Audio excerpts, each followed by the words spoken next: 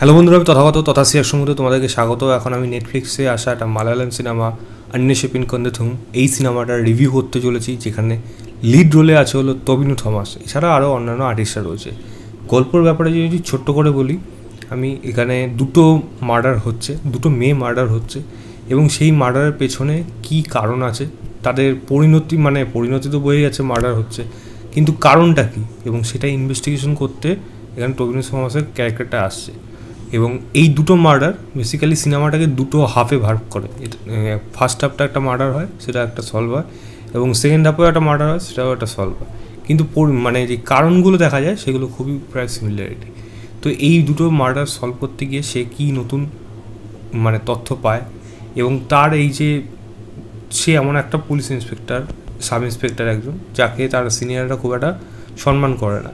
এবং প্রথম murder case হওয়ার পর তারপরে এক ধরনের অ্যালিগেশন আছে যে তাকে আরও নিম্নতর কাজের জন্যই পাঠানো হয়, বা এক ধরনের বলা যায় এক ধরনের পানিশমেন্ট পোস্টিং যেরকম ধরনের হয়ে থাকে সেরকম হয়ে থাকে। সেখান থেকে সে দ্বিতীয় মার্ডারটা সলভ করে কীভাবে সে ডিপার্টমেন্টে ফিরতে পারে, এই নিয়েই সম্পূর্ণ গল্প রয়েছে।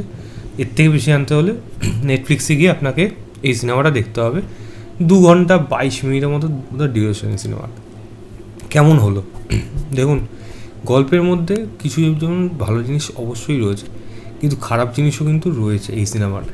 মালায়ালাম সিনেমা আমাদের এমন এমন কন্টেন্ট দিয়ে থাকে, এবং সেইগুলো যখন দেখি তখন আমাদের না এই ধারণাটা বা ইন্ডিয়ান সিনেমার প্রতি একটা ধারণাটা যেন একটু আপগ্রেডেড হয়ে যায়। এই জন্য মালায়ালাম সিনেমা থেকে বরাবরই একটা আমাদের আশা থাকে যে হ্যাঁ, এটা বোধহয় এর থেকে বেটার হবে। কিন্তু এই সিনেমাটা কি করতে পারলো? যদি এক কথা জিজ্ঞেস করেন তাহলে কিন্তু বলবো না। সিনেমার মধ্যে যদি ভালো দিক অবশ্যই আছে, সেটা হলো গল্পটা। দেখুন, গল্পটা যে খুব বেশি এক্সট্রাঅর্ডিনারি বা এরকম অবাক করে দেবে, ছিটকে দেবে, অবাক হয়ে যাব এরকম সেই ব্যাপার কিন্তু না। জানাই গল্প, এবং এরকম ফরম্যাটের উপর গল্প অনেকবার হয়েছে, কিন্তু গল্পটা কিন্তু খারাপ না। কারণ গল্পের মধ্যে যে বক্তব্যটা ডিরেক্টর দিতে চেয়েছে কাস্ট ইস্যুকে নিয়ে, সেটা কিন্তু বেশ ভালো। সেটা ইন্টারনাল পলিটিক্স হোক বা একটা ডিপার্টমেন্টের মধ্যে ব্যাপার হোক। একটা পুলিশ ইন্সপেক্টর আছে যে চার্চের মধ্যে ইনভেস্টিগেশন করতে চাচ্ছে না, যেহেতু সে খ্রিস্টান। তো এই সমস্ত দিকগুলো কিন্তু এখানে উঠে আসে, তাই সেই জায়গাগুলো কিন্তু খুব ভালোভাবে রাখা হয়েছে, যার জন্য কাজটা দেখতে কিন্তু বেশ ভালো লাগছে।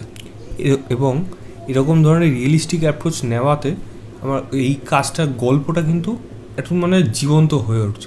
এটা কখনোই মনে হচ্ছে না কোনো আর্টিফিশিয়াল গল্প, এটাকে মনে হচ্ছে সত্যিকারে একটা ঘটনা ঘটছে চোখের সামনে। তো সেই জন্য গল্পটা কিন্তু ডেফিনেটলি এখানে ভালো লাগে। দ্বিতীয় হলো এখানে পারফরমেন্স বলবো, টবিনো থমাসের পারফরমেন্স অবশ্যই সব থেকেই ভালো, এবং তার যে এক্সপ্রেশন, তার যে অ্যাক্টিভিটিস, তার যে বডি ল্যাঙ্গুয়েজ সে ক্যারি করেছে, সেটা কিন্তু বেশ ভালো, প্রশংসা করার মতো। অন্যান্য আর্টিস্টদের পারফরমেন্সও এখন আমার এখানে ঠিকঠাক মনে হচ্ছে। ব্যাকগ্রাউন্ড মিউজিক এই সিনেমার জন্য বেশ ভালো, এবং মালায়ালাম সিনেমাতে ব্যাকগ্রাউন্ড মিউজিক বেশ ভালো রকমই হয়, এটা নিয়ে অবাক হওয়ার কিছু নেই। এবং সিনেমার যে শেষে যে চমকগুলো রয়েছে, টুইস্টগুলো, সেগুলো কিন্তু দেখতে ভালো লাগবে। হ্যাঁ, আমি বলবো না দুর্ধর্ষ কিছু পাগল করে দেবে এরকম না, তবে সেগুলো কিন্তু কখনোই খারাপ না। কারণ সিনেমার বাকি যে গুণগত মান, সেই তুলনায় যখন ক্লাইম্যাক্সটা আসছে, সেখানে কিন্তু ডেফিনেটলি একটা ভালো আশা যেই সামান্য হলেও কিছুটা হলেও পূরণ করবে। তবে সিনেমার মধ্যে কিন্তু খারাপ দিকও রয়েছে। তার প্রধান জিনিস হলো সিনেমাতে যখন এরকম কোনো ইনভেস্টিগেশন করা হয়, তখনই প্রচুর ইনফরমেশন আসতে থাকে। ভিজুয়াল ইনফরমেশন দিলে সবসময় জিনিসটা খুব ভালো হয়, কিন্তু জিনিসটা যখনই কথা বলার উপর থাকবে, টকেটিভ হয়ে যাবে ব্যাপারটা, তখনই কনফিউশনের তৈরি হয়। এবং সেই জিনিসটাই কিন্তু এই সিনেমার মধ্যে হচ্ছে। এত ইনফরমেশন, এত জিনিস, একটা ঘটনা এত লোককে এতবার ভাবে বলছে, একটার পর একটা কিন্তু ধরে ওঠা যায় না, কোনটার পর কোনটা আমি রাখবো বা কোনটা ধরে আমি এগোবো, এই জিনিসগুলো কিন্তু কনফিউজ করে দেয়। তাই আমার মনে হয় প্রেজেন্টেশন ওয়াইজ এখানে সিনেমাটা যেভাবে করা হয়েছে, সেখানে আরও বেশি একটু ভিজুয়াল প্রেজেন্টেশন হলে বেটার হতো। কিছু যেমন রয়েছে, যেমন টবিনো থমাস একটা যেমন অ্যাজিউম করে যে একটা মেয়ে যেমন যাচ্ছে, তাকে দুটো ছেলে অ্যাটাক করছে, সেটা দেখতে পাচ্ছে। এই জিনিসগুলো কিন্তু খুব বেশি দেখতে খুব ভালো লাগে। এটা সেখানে যদি বলতো যে কেউ মুখে বলে দিচ্ছে যে এরকম যাচ্ছে, এরকম অ্যাটাক করেছে, তারপরে এখানে এই হয়েছে, তো এই জিনিসগুলো কিন্তু খুব একটা ভালো দেখায় না বা দেখতেও খুব একটা ভালো লাগে না, তখনই কিন্তু একটা ড্র্যাগ চলে আসে, একটা ল্যাগ চলে আসে কাজের মধ্যে। এই কাজটার মধ্যে কিন্তু সেরকমই হয়েছে। তার জন্য চিত্রনাট্যে যেরকম সাজানো হয়েছে গল্পটাকে, আমার মনে হয় সেখানে আরও বেশি মানে ইউনিক বা বলা যায় আরও বেশি এটাকে ইনফরমেটিভ মানে বলার থেকে দেখালে খুব একটা বেশি ভালো হতো। তো সেই জায়গাগুলো কিন্তু আমার মনে হচ্ছে আরও বেটার করা যেতে পারতো। এবং এই গল্পটার মধ্যে এমন কিছু ঘটনা আছে যেগুলোকে হয়তো দেখানো হচ্ছে, কিন্তু তার ইন ডেপথে কিন্তু অত কিছু আমরা খুঁজে পাচ্ছি না।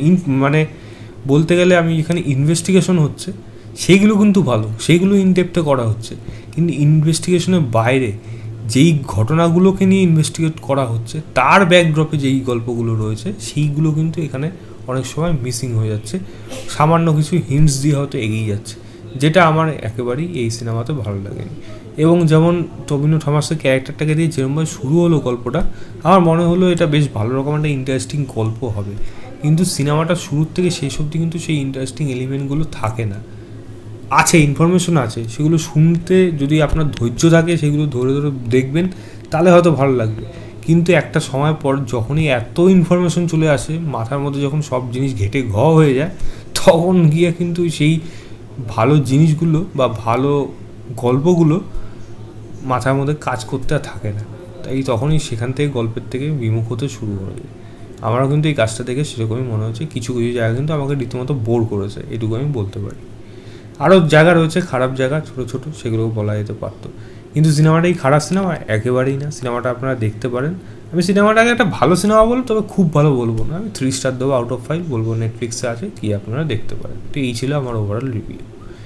এই ভিডিওটা ভালো লেগে থাকলে লাইক, শেয়ার অ্যান্ড সাবস্ক্রাইব করে দেবে, বেল আইকনটা টিং করে দেবে, যে নতুন কোনো ভিডিও দিই তার নোটিফিকেশন চলে যাবে, সেই দেখতে পাবে। আজও পর্যন্তই, আবার একটা নতুন ভিডিও নিয়ে আসবো। Till next, stay safe, keep smiling and tata.